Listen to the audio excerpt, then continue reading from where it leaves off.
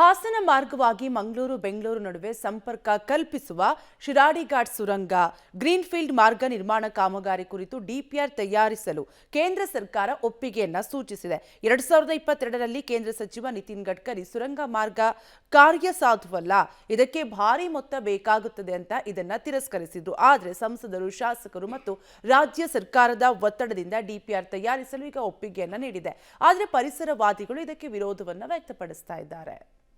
ಶಿರಾಡಿ ಘಾಟ್ನಲ್ಲಿ ಸುರಂಗ ಗ್ರೀನ್ಫೀಲ್ಡ್ ಮಾರ್ಗ ನಿರ್ಮಾಣ, ರಾಜ್ಯ ಸರ್ಕಾರದ ಒತ್ತಡ, ಡಿಪಿಆರ್ ತಯಾರಿಸಲು ಕೇಂದ್ರದ ಒಪ್ಪಿಗೆ. ಮಂಗಳೂರು ಬೆಂಗಳೂರು ನಡುವೆ ಸಂಪರ್ಕ ಕಲ್ಪಿಸುವ ಶಿರಾಡಿ ಘಾಟ್ನಲ್ಲಿ ಸುರಂಗ ನಿರ್ಮಾಣಕ್ಕೆ ಡಿಪಿಆರ್ ತಯಾರಿಸಲು ಕೇಂದ್ರ ಸರ್ಕಾರ ಅನುಮತಿ ನೀಡಿದೆ. ರಾಷ್ಟ್ರೀಯ ಹೆದ್ದಾರಿ 75ರಲ್ಲಿ ಒಟ್ಟು 26 ಕಿಲೋಮೀಟರ್ ಉದ್ದದ ಯೋಜನೆ ಇದಾಗಿದ್ದು 3.8 ಕಿಲೋಮೀಟರ್ ಸುರಂಗ ಇದ್ರೆ 10 ಕಿಲೋಮೀಟರ್ ರಸ್ತೆ ಇರಲಿದೆ. ಮಾರನಹಳ್ಳಿಯಿಂದ ಪ್ರಾರಂಭವಾಗಿ ಅಡ್ಡಹೊಳೆಯವರೆಗೆ ಸುರಂಗ ಮಾರ್ಗ ನಿರ್ಮಾಣವಾಗಲಿದೆ. ರಾಜ್ಯ ಸರ್ಕಾರವು ಅಲ್ಪ ಪ್ರಮಾಣದ ಅರಣ್ಯ ಭೂಮಿ ನೀಡಲು ಸಿದ್ಧವಿದ್ದರೆ ಶಿರಾಡಿ ಘಾಟ್ ರಸ್ತೆಯನ್ನ ಅಭಿವೃದ್ಧಿಪಡಿಸಲು ಹಣ ಹೂಡಿಕೆ ಮಾಡಲು ತಮ್ಮ ಇಲಾಖೆ ಪರಿಗಣಿಸಲಿದೆ ಎಂದು ಕೇಂದ್ರ ಭೂ ಸಾರಿಗೆ ಹಾಗೂ ಹೆದ್ದಾರಿ ಸಚಿವ ನಿತಿನ್ ಗಡ್ಕರಿ ಭರವಸೆ ನೀಡಿದ್ದಾರೆ. ಸಕಲೇಶಪುರದಿಂದ ಗುಂಡ್ಯದವರೆಗೂ ಚತುಷ್ಪಥ ರಸ್ತೆ ಮಾಡಲು ಹಲವು ರೀತಿಯ ಸಮಸ್ಯೆಗಳು ಎದುರಾಗಿದೆ. ರಸ್ತೆ ವಿಸ್ತರಣೆ ಮಾಡೋದ್ರಿಂದ ಲಕ್ಷಾಂತರ ಗಿಡ ಮರಗಳನ್ನ ಕಡಿಯಬೇಕಾಗುತ್ತದೆ. ಇದರಿಂದ ಮುಂದೆ ಭಾರಿ ಅನಾಹುತವೇ ಆಗಲಿದೆ ಎನ್ನುವ ಕಾರಣಕ್ಕೆ ಸುರಂಗ ಯೋಜನೆಯೇ ಉತ್ತಮ ಎಂದು ರಾಜ್ಯ ಸರ್ಕಾರ ಸಮರ್ಥನೆ ಮಾಡಿಕೊಂಡಿದೆ. ಇದಕ್ಕೆ ಪರಿಸರವಾದಿಗಳು ತೀವ್ರ ವಿರೋಧ ವ್ಯಕ್ತಪಡಿಸಿದ್ದಾರೆ. ಈಗಾಗಲೇ ಗುಡ್ಡಗಳನ್ನು ಕತ್ತರಿಸಿ ರಸ್ತೆ ವಿಸ್ತರಣೆ ಮಾಡಿರೋದ್ರಿಂದ ಮಳೆಗಾಲದಲ್ಲಿ ಭೂಕುಸಿತ ಉಂಟಾಗ್ತಿದೆ. ಪರಿಸ್ಥಿತಿ ಹೀಗಿರುವಾಗ ಸುರಂಗ ಮಾರ್ಗ ನಿರ್ಮಾಣ ಮಾಡಿದ್ರೆ ಪಶ್ಚಿಮ ಘಟ್ಟದ ಮೇಲೆ ಇನ್ನಷ್ಟು ದುಷ್ಪರಿಣಾಮ ಬೀರಲಿದೆ ಎಂದು ವಿರೋಧ ವ್ಯಕ್ತಪಡಿಸಿದ್ದಾರೆ. ನಿತಿನ್ ಗಡ್ಕರಿ ಅವರು ಕೂಡ ಡಿಪಿಆರ್ ನ ರೆಡಿ ಮಾಡಿ, ನಾನು ಕೂಡ ಒಂದು ವಿಡಿಯೋದಲ್ಲಿ ನೋಡಿದೆ. ಅದಾದ್ಮೇಲೆ ಏನು ಅಂತ ನನಗೂ ಕೂಡ ಗೊತ್ತಿಲ್ಲ.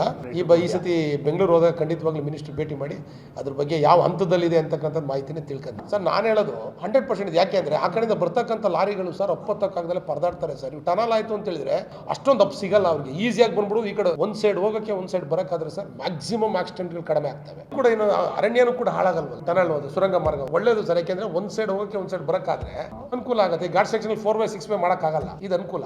ಅದು ಇನ್ನು ಹೆಡ್ ಕ್ವಾರ್ಟರ್ಸ್ ಅಲ್ಲಿ ಡಿಸೈಡ್ ಮಾಡಬೇಕು. ಅದು 26 ಕಿಲೋಮೀಟರ್ ಮಾರನಹಳ್ಳಿ ಟು ಅಡ್ಡಹೊಳೆ.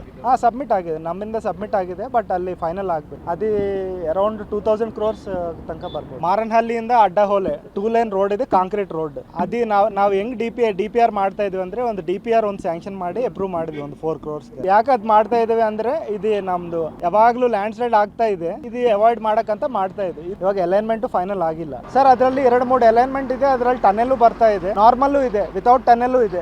ಪಶ್ಚಿಮ ಘಟ್ಟದಲ್ಲಿ ಸುರಂಗ ನಿರ್ಮಾಣ ಮಾಡೋದ್ರಿಂದ ಜೀವ ವೈವಿಧ್ಯತೆ ಮೇಲೆ ಮಾರಕ ಪರಿಣಾಮ ಬೀರಬಹುದು ಎನ್ನುವುದು ಪರಿಸರವಾದಿಗಳು ಹಾಗೂ ಮಲೆನಾಡು ಭಾಗದ ಜನರ ಆತಂಕವಾಗಿದೆ. ಅಪರೂಪದ ಜೀವ ವೈವಿಧ್ಯತೆಗಳಿರುವ ಪಶ್ಚಿಮ ಘಟ್ಟ ಅತಿ ಸೂಕ್ಷ್ಮ ಪರಿಸರದ ವಲಯವಾಗಿರೋದ್ರಿಂದ ಇಲ್ಲಿ ಯಾವುದೇ ಅಭಿವೃದ್ಧಿ ಕಾರ್ಯ ನಡೆಸುವುದು ಸೂಕ್ತವಲ್ಲವೆಂದು ಈಗಾಗಲೇ ಮಾಧವ್ ಗಾಡ್ಗೀಳ್, ಕಸ್ತೂರಿ ರಂಗನ್ ವರದಿ ತಿಳಿಸಿದೆ.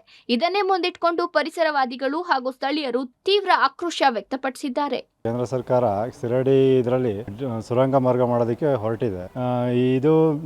ಇದನ್ನ ವಿರೋಧ ವ್ಯಕ್ತಪಡಿಸ್ತೀವಿ. ಯಾಕೆ ಅಂತಂದ್ರೆ ಶಿರಾಡಿ ಘಾಟ್ನ ಸಿಮೆಂಟ್ ರಸ್ತೆ ಮಾಡ್ತಾ ಇದ್ದಾರೆ. ಅದು 5 ವರ್ಷದಿಂದ ಇನ್ನೂ ಏನು ಕಾಮಗಾರಿ ಆಗಿಲ್ಲ. ಪ್ರತಿ ವರ್ಷ ಮಳೆಗಾಲ ಬಂದಾಗಲೂ ಕೂಡ ರಸ್ತೆ ಅವೈಜ್ಞಾನಿಕ ರಸ್ತೆಯಿಂದಾಗಿ ಪ್ರತಿ ವರ್ಷನೂ ರಸ್ತೆ ಕುಸಿತಾ ಇದೆ. ಇದು ಒಂಥರ ಮಲೆನಾಡು ಭಾಗಕ್ಕೆ ಶಾಪ ಅಂತ ಹೇಳ್ಬೋದು. ಎತ್ತಿನಹೊಳೆ ಯೋಜನೆಯಿಂದಾಗಿ ಸಾಕಷ್ಟು ಸಮಸ್ಯೆಗಳಾಗಿದೆ. ಈಗ ಅಲ್ಲಿ ಪ್ರಮುಖವಾಗಿ ಕಾಡಲ್ಲಿದ್ದ ಕಾಡಾನೆಗಳೆಲ್ಲ ನಾಡಿಗೆ ಬಂದು ಮತ್ತೆ ಬೆಳೆ ಹಾನಿ ಎಲ್ಲ ಸಾಕಷ್ಟು ಸಂಭವಿಸ್ತಾ ಇದೆ. ಪರಿಸರನ ಸಂರಕ್ಷಣೆ ಮಾಡ್ಕೋಬೇಕು ಅಂತ ಹೇಳಿ ಈ ಯೋಜನೆನ ಕೈ ಬಿಡಬೇಕು ಅಂತ ನಾವು ಒತ್ತಾಯ ಮಾಡ್ತೀವಿ. ಒಟ್ನಲ್ಲಿ ಕಳೆದ 7 ವರ್ಷಗಳಿಂದ ಶಿರಾಡಿ ಘಾಟ್ ರಸ್ತೆ ಕಾಮಗಾರಿ ಕುಂಟುತ್ತಾ ಸಾಗಿದ್ದು, ಇದಕ್ಕೆ ಗುಡ್ಡಗಳನ್ನು ಬಗೆದು ಪರಿಸರಕ್ಕೆ ಹಾನಿ ಮಾಡಲಾಗಿದೆ. ಇದರ ಜೊತೆಗೆ ಎತ್ತಿನಹೊಳೆ ಕಾಮಗಾರಿಗಾಗಿ ಸಾಕಷ್ಟು ಪಶ್ಚಿಮ ಘಟ್ಟ ನಾಶವಾಗಿದೆ. ಇದೀಗ ಸುರಂಗ ನಿರ್ಮಾಣಕ್ಕೆ ಮುಂದಾಗಿರೋದು ಪರಿಸರವಾದಿಗಳು, ಮಲೆನಾಡು ಭಾಗದ ಜನರು ಹಾಗೂ ಸರ್ಕಾರಗಳ ನಡುವೆ ಸಂಘರ್ಷಕ್ಕೆ ಎಡೆಮಾಡಿಕೊಡುವ ಸಾಧ್ಯತೆ ಹೆಚ್ಚಾಗಿದೆ. Shashidhar BC, public TV, Hassan.